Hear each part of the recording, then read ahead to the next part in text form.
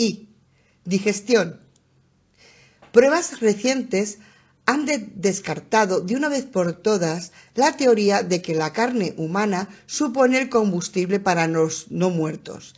El tracto digestivo de un zombi está completamente inactivo. El sistema complejo que procesa la comida, que extrae los nutrientes y excreta los restos, no se tiene en cuenta en la fisiología de un zombi. Las autopsias que se han llevado a cabo en no muertos controlados han demostrado que su alimento pertenece en su estado original sin digerir en ninguna de las secciones del tracto. La materia que mastican parcialmente y que se pudre de forma lenta continuará acumulándose mientras el zombi devore más víctimas, hasta que salga a la fuerza por el ano o literalmente haga que estallen el estómago a los intestinos. Aunque estos ejemplos, que resultan impresionantes sobre la falta de digestión, son escasos, cientos de informes de testigos oculares confirmaron que los no muertos tenían el vientre hinchado. Un espécimen capturado y analizado detenidamente contenía 96 kilos de carne dentro de su sistema.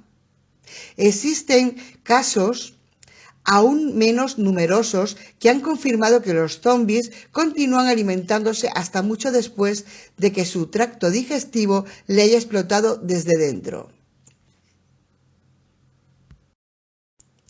J. La respiración. Los pulmones de los no muertos continúan funcionando en lo que se refiere a inhalar aire y expulsarlo de su cuerpo. Esta función otorga a los zombis su firma personal, el gemido. Lo que los pulmones y la química del cuerpo no consiguen, sin embargo, es extraer el oxígeno y eliminar el dióxido de carbono.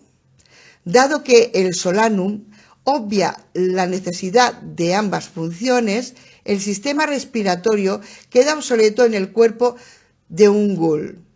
Esto explica cómo los muertos vivientes pueden caminar bajo el agua o sobrevivir en entornos letales para los humanos. Sus cerebros, como ya se dijo antes, no dependen del oxígeno para sobrevivir. K. Circulación. Resultaría inapropiado decir que los zombis no tienen corazón. Lo que no sería inapropiado decir, sin embargo, es que no han encontrado ninguna utilidad para él. El sistema circulatorio de un no muerto es poco más que una red de tubos inútiles llenos de sangre coagulada. Pasa lo mismo con el sistema linfático, así como con otros fluidos corporales. A pesar de que esta mutación pareciera otorgarle a los no muertos una ventaja sobre el resto de la humanidad, en realidad ha demostrado ser una bendición. La falta de masa de fluidos previene la fácil transmisión del virus. Si esto no fuera cierto, el combate cuerpo a cuerpo sería prácticamente imposible, ya que el humano que se defendiera sería salpicado con toda seguridad con sangre u otros fluidos. L. Reproducción. Los zombis son criaturas estériles, sus órganos sexuales están necróticos y son impotentes. Se han hecho intentos para fertilizar óvulos de un zombi con esperma humano y viceversa. Ninguno tuvo éxito. Los no muertos tampoco muestran signos de deseo sexual, ni hacia su especie ni hacia los vivos. Hasta que las investigaciones puedan demostrar algo diferente, el gran miedo de la humanidad, que los muertos se reprodujeran y trajeran al mundo más muertos, resulta ser una imposibilidad reconfortante. M. Fuerza. Los ghouls poseen la misma fuerza bruta que los vivos. Qué potencia pueda ser ejercida depende en gran medida del zombi en cuestión. La masa muscular que posee una persona viva será toda la que posea muerta. A diferencia de un cuerpo vivo, no se han descubierto si las glándulas suprarrenales funcionan en los muertos, despojando a los zombies del estallido temporal de potencia del que disfrutamos los humanos. La única ventaja sólida que los muertos vivientes poseen es una resistencia increíble. Imagina que estás entrenándote o realizando cualquier otro acto de ejercicio físico. Lo más probable es que el dolor y la extenuación dicten tus límites. Estos factores no se aplican a los muertos. Continuarán una acción con la misma energía dinámica hasta que los músculos literalmente acaben por descomponerse. A pesar de que los gules van debilitándose progresivamente, esto les permite un poderoso primer ataque. Muchos grupos de 3 o incluso 4 humanos físicamente en forma cayeron ante un único zombi decidido. N. Velocidad. Los muertos andantes suelen moverse con los hombros caídos o cojeando. Incluso sin heridas o una descomposición muy avanzada, su falta de coordinación provoca que anden a grandes zancadas de forma inestable. La velocidad tiene determinada principalmente por la longitud de las piernas. Los gules más altos darán zancadas más largas que sus homólogos de piernas más cortas. Al parecer, los zombies son incapaces de correr. El índice de velocidad más rápido es de apenas un paso cada 1,5 segundos. Al igual que con la fuerza, la ventaja de los no muertos sobre los vivos es su falta de cansancio. Los humanos que crean que pueden aventajar a los no muertos que los persigan deberían acordarse del cuento de la liebre y la tortuga, teniendo en cuenta, claro, que en ese caso la liebre tiene muchas más posibilidades de ser devorada viva. O. Agilidad. Un humano posee una destreza de un 90% mayor que la del ghoul más fuerte. En algunos casos se debe a la rigidez general que sufre el tejido de sus músculos necrosados, de ahí sus pasos torpes. El resto se debe a sus primitivas funciones cerebrales. Los zombies apenas tienen coordinación mano-ojo, una de sus grandes debilidades. Nadie ha visto jamás saltar a un zombi, ni de un lado a otro, ni simplemente de arriba a abajo. Balancearse por una superficie estrecha es, del mismo modo, lo más hábiles que pueden ser. Nadar es también una función reservada exclusivamente para los vivos. La teoría demuestra que si el cadáver de un no muerto está lo suficientemente hinchado para alcanzar la superficie, puede suponer un peligro a flote. Sin embargo, esto no es muy común, porque si el cuerpo se encuentra en un índice bajo descomposición, no puede acumularse el gas dentro del cuerpo. Los zombies que caminan o caen en el agua deambularán sin rumbo por el fondo hasta terminar disolviéndose.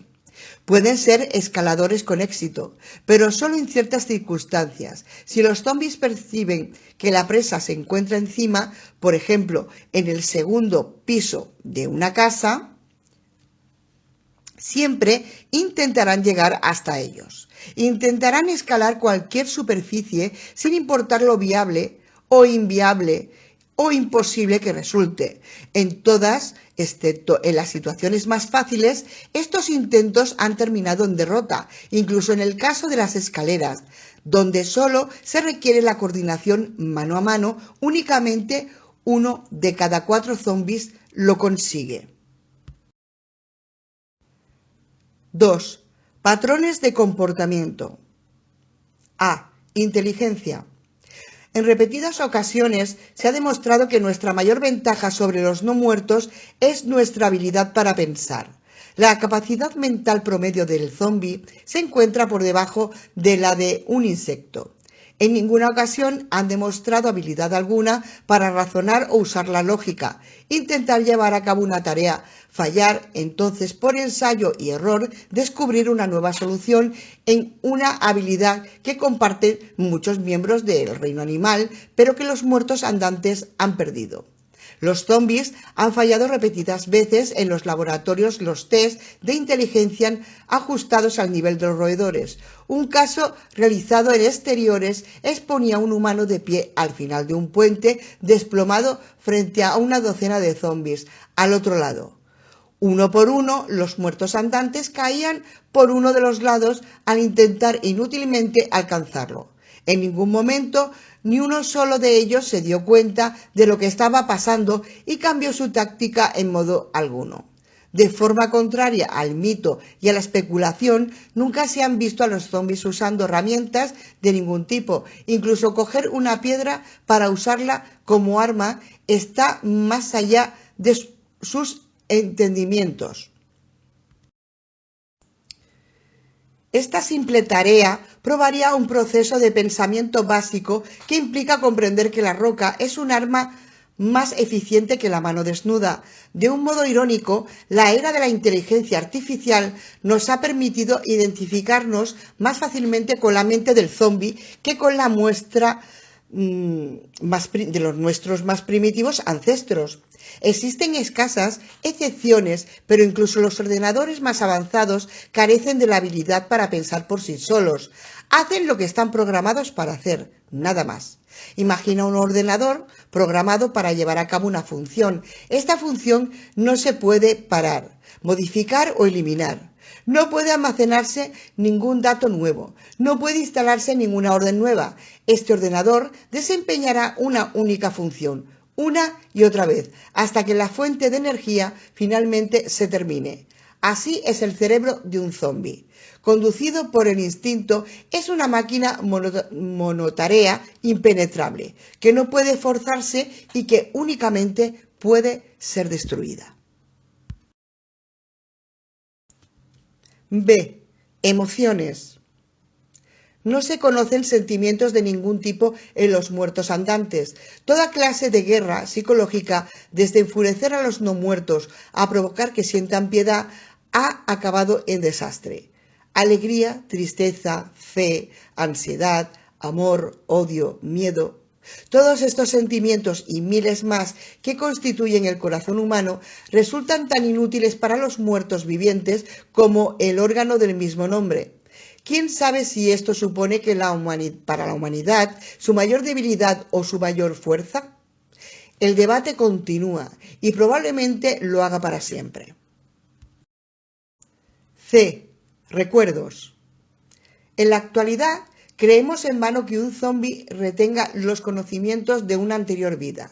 Oímos historias sobre los muertos que vuelven a sus lugares de residencia o de trabajo, utilizando maquinaria que les es familiar o incluso mostrando compasión para sus allegados. En realidad, no existe ni una mínima prueba que avale esa falsa esperanza. Probablemente los zombis no podrían mantener los recuerdos de su anterior vida ni a nivel consciente ni subconsciente, porque ninguno de estos existe. Nunca podrán entretener a un ghoul con la mascota de la familia, con los parientes vivos, con sus vecinos, etc. No importa qué persona fuera en su anterior vida, esa persona se ha ido.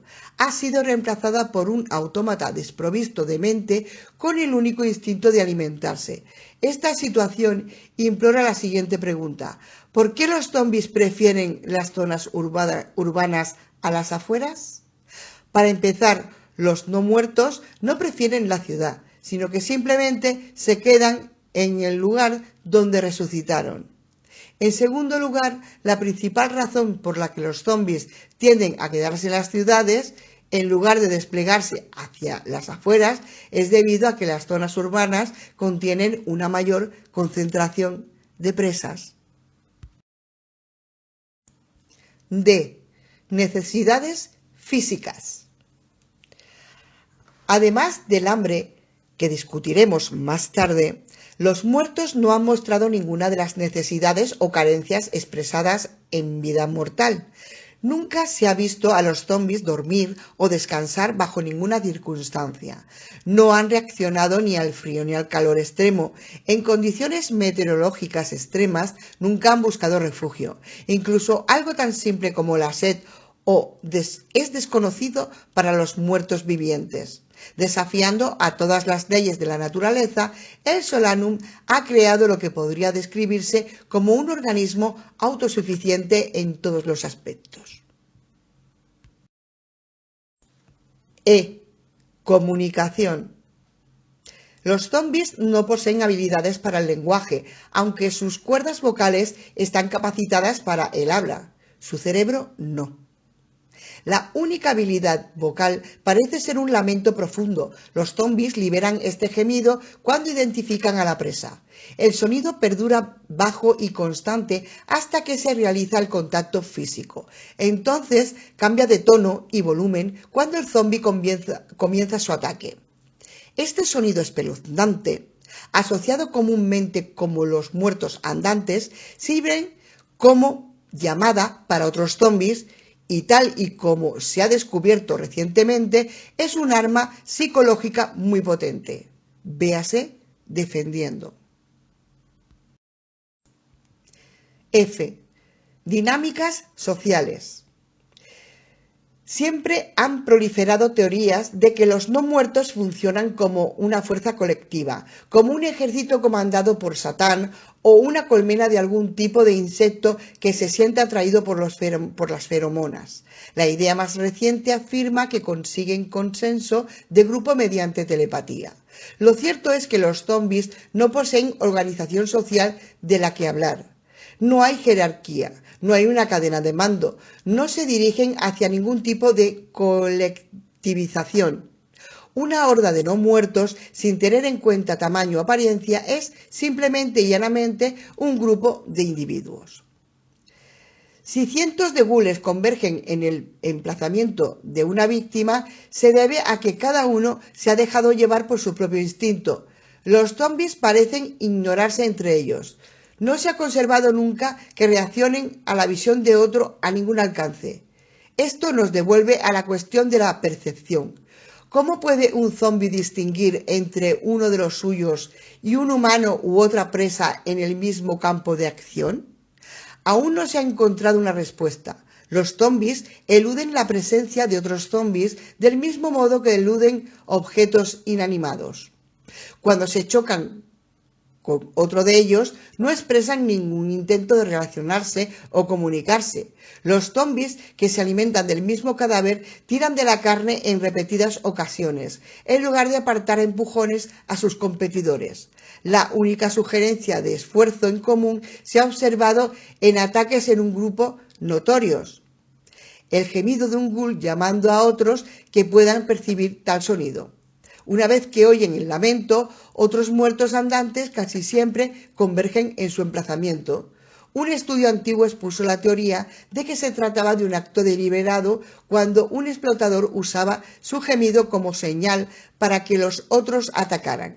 Sin embargo, ahora sabemos que esto ocurre por puro accidente. El ghoul que gime cuando detecta a una presa lo hacen debido a una reacción instintiva y no como alerta.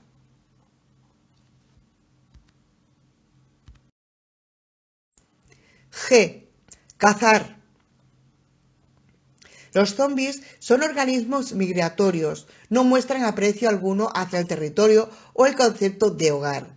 Viajarán kilómetros y quizá con el tiempo suficiente cruzarán continentes en su búsqueda de comida. Su patrón de búsqueda es fortuito. Los ghouls se alimentan por la noche y durante el día. En realidad, más que buscar una zona de forma deliberada, se topan con ella. No detectan ciertas zonas ni edificios a no ser que en ellas haya alguna presa. Por ejemplo, algunos han buscado en granjas y otras construcciones rurales, mientras que otros del mismo grupo han ignorado por completo aquel lugar. Las zonas urbanas requieren más tiempo para explorarlas, por eso los no muertos permanecen más tiempo en dichas áreas, aunque ningún edificio servirá de precedente sobre otro. Los zombies parecen ignorar totalmente lo que les rodea. Por ejemplo, no mueven los ojos de ninguna manera para obtener información sobre un nuevo objeto. Arrastran los pies en silencio, miran al infinito, deambulan sin rumbo fijo hasta detectar a la presa. Tal y como se ha discutido anteriormente, los no muertos poseen la extraña habilidad de dirigir un ataque a la localización exacta de la víctima. Una vez que se produce el contacto, el anteriormente callado y abstraído autómata se transforma en algo más parecido a un misil dirigible. La cabeza se vuelve inmediatamente en la dirección de la víctima, la mandíbula cae, los labios se contraen y desde las profundidades de su diafragma surge un gemido. Una vez que se realiza el contacto, los zombies no pueden distraerse en modo alguno, continuarán persiguiendo a la presa y pararán solo si se pierden el contacto, si realizan una matanza con éxito o si son destruidos. H. Motivación. ¿Por qué los no muertos atacan a los vivos si se ha demostrado que la carne humana no tiene una función nutritiva? ¿Por qué su instinto les lleva al asesinato? La verdad intenta eludirnos. La ciencia moderna, combinada con datos históricos, ha demostrado que los vivos no son las únicas delicias del menú de los no muertos. Los equipos de rescate, cuando entran en zonas infestadas, las describen de modo consecuente como desprovistas de toda una vida. Cualquier criatura, sin importar su tamaño o especie, será consumida por un zombi en pleno ataque. La carne humana, sin embargo, siempre será preferible a otras formas de vida. Un experimento consistía en exponer ante un espécimen capturado 2 cubos idénticos de carne, uno de carne humana y otro de carne animal. En repetidas ocasiones, el zombi prefirió la humana. No se sabe aún por qué. Lo que sí se puede confirmarse, más allá de toda duda, es que el instinto provocado por el Solanum convierte a los no muertos en asesinos y devoradores de cualquier criatura viva que descubran. Al parecer, no hay excepciones. Y matar a los no muertos. Aunque parezca que destruir a un zombi puede ser simple, no hay nada más lejos de la realidad. Tal y como hemos visto, los zombis no requieren ninguna de las funciones fisiológicas que los humanos necesitamos para sobrevivir.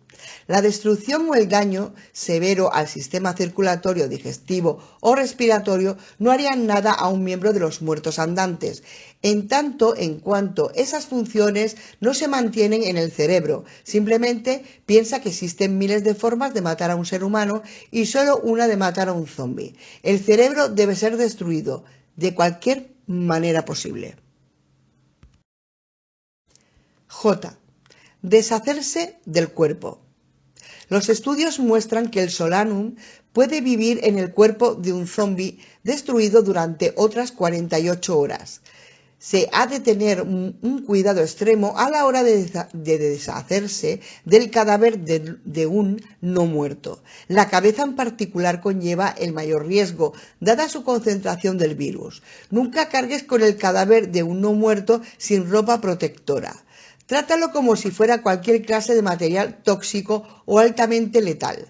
La cremación es la forma más segura y efectiva de eliminarlo, a pesar de los rumores de que quemar un grupo de cadáveres podría propagar Solanum en forma de plaga a través del aire. El sentido común nos diría que ningún virus es capaz de sobrevivir al calor intenso, por no hablar de un incendio. K. ¿Domesticación? Repetimos, el cerebro de un zombi ha demostrado ser, hasta el momento, inalterable. Los experimentos que se han realizado con productos químicos, cirugía e incluso descargas electromagnéticas han dado resultados negativos. La terapia para cambiar su comportamiento y otros intentos para entrenar a los muertos vivientes como bestias de carga o algo parecido también han acabado en fracaso. De nuevo, no podemos cambiarle el chip a la máquina. Será tal como es o no será. El zombi vudú. Si los zombis son la creación de un virus y no de la magia negra, entonces, ¿cómo se explican los llamados zombis vudú? Muertos que han sido desenterrados y condenados a pasar la eternidad como esclavos de los vivos. Sí, es cierto que la palabra zombie originalmente proviene de la palabra kimbundu, Nzumbe, término que describe el alma de una persona muerta, y sí, los zombies y la zombificación forman parte integral de la religión afrocaribeña conocida como vudú. Sin embargo, el origen de su nombre es la única similitud entre el zombi vudú y el zombi viral. Aunque se dice que los Houngan vudú, sacerdotes, pueden convertir humanos en zombis mediante la magia, la práctica se basa, fuera de toda duda, en ciencia pura. El polvo zombi, la herramienta usada por el Houngan para la zombificación, contiene una neurotoxina muy potente. Los ingredientes exactos se guardan en el más estricto secreto. La toxina paraliza de forma temporal el sistema nervioso del humano, creando un estado de hibernación extrema, con el corazón, los pulmones y otras funciones corporales operando al más mínimo nivel. Sería comprensible que un médico forense con poca experiencia declarara muerto al sujeto paralizado. Muchos humanos fueron enterrados en ese estado y se despertaron gritando en la oscuridad más absoluta de sus ataúdes. Entonces, ¿qué hace a los humanos convertirse en zombies? La respuesta es simple: el daño cerebral. Muchos de los que fueron enterrados vivos acabaron muy pronto al aire libre que había en sus ataúdes. Los que se recuperaron, si son afortunados, casi siempre habían sufrido daño cerebral por la falta de oxígeno. Estas pobres almas caminan arrastrándose con pocas habilidades cognitivas o ciertamente en libre albedrío y a menudo se confunden con los muertos vivientes.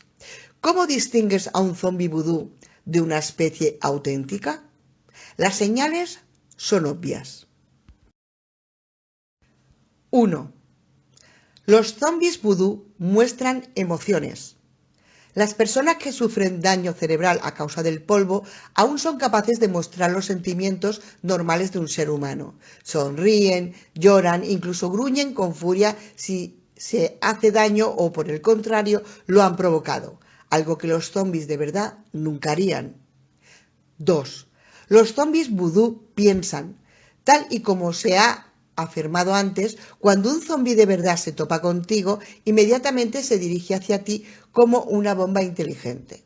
Un zombi vudú tratará por un momento de averiguar quién o qué eres. Tal vez se te acerque, tal vez recule o quizá continúe su observación mientras su cerebro dañado trata de analizar la información que se le da.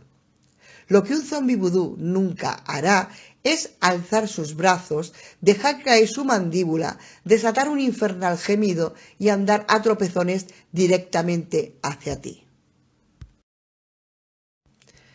3. Un zombi vudú siente dolor. Un zombi vudú que tropieza y se cae, sin duda alguna sujetará su rodilla magullada y gimoteará.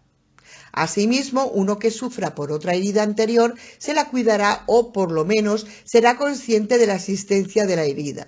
A diferencia de un zombi de verdad, los zombis vudú no ignoran cuánto sufren los cortes profundos. 4. Los zombis vudú reconocen el fuego. Eso no quiere decir que le den miedo las llamas. Aquellos que han sufrido un daño cerebral severo tal vez no recuerden lo que es el fuego. Se pararán a examinarlo, tal vez incluso lleguen a tocarlo, pero retrocederán una vez que sepan que causa dolor. 5. Los zombis vudú reconocen lo que hay a su alrededor. Al contrario que un zombi de verdad que solo reconoce a su presa, los zombis vudú reaccionan a los cambios repentinos de luz, sonido, sabor y olor. Se ha observado que los zombis vudú ven la televisión o los flashes de luz de gran colorido, escuchan música, se encogen por un trueno e incluso perciben a otros como ellos. Esto último ha resultado crítico en algunos casos en los que se equivocaron al identificarlos, al no reaccionar en modo alguno ante otros zombies. Se miran, hacen ruidos, incluso se tocan las caras, pudiendo ser exterminados por accidente. 6. Los zombis vudú no tienen supersentidos. La persona que sufre los efectos debilitantes del polvo zombie continúa dependiendo de su vista antes que de otros sentidos. No se puede mover a la perfección en la oscuridad, oír una pisada a 450 metros u oler a un ser vivo en el viento. Los zombies vudú en realidad pueden ser sorprendidos por alguien que camina justo delante de ellos. Sin embargo, esto no es recomendable, puesto que un zombie asustado puede reaccionar de forma violenta. Los zombies vudú pueden comunicarse. Aunque no siempre en el caso, muchos de estos individuos pueden responder a las señales audiovisuales. Muchos entienden palabras, algunos incluso comprenden oraciones simples. Muchos zombies vudú poseen la habilidad de hablar, de forma simple, por supuesto, y en raras ocasiones mantienen conversaciones extensas. 8. Los zombies vudú pueden ser controlados. Aunque no siempre es cierto, muchos de los cerebros humanos dañados pierden mucha de su autorrealización y se convierten en seres muy susceptibles a la sugestión. Ordenarle a un sujeto que pare o se vaya puede ser suficiente para librarse de un zombi vudú. Esto ha dado lugar a una situación peligrosa. Las personas que se equivocan pensando que pueden controlar o adiestrar a zombis de verdad. En varias ocasiones, algunos tercos insistieron en que, de manera simple, podían ordenar a sus muertos vivientes que pararan, cuando sintieron que unas manos frías y podridas le agarraban por las extremidades y unos dientes sucios y raídos estaban mordiéndoles. Descubrieron demasiado tarde a lo que se estaban enfrentando en realidad. Estas características deberían darte una buena idea sobre cómo diferenciar a un zombi vudú de uno de verdad. Una nota final. Los zombis vudú se encuentran sobre todo en la África subsahariana, el Caribe, América Central y del Sur, y el sur de los Estados Unidos, aunque no es imposible encontrar a alguien convertido en zombi por un Hogan. Las posibilidades de tal encuentro son escasas.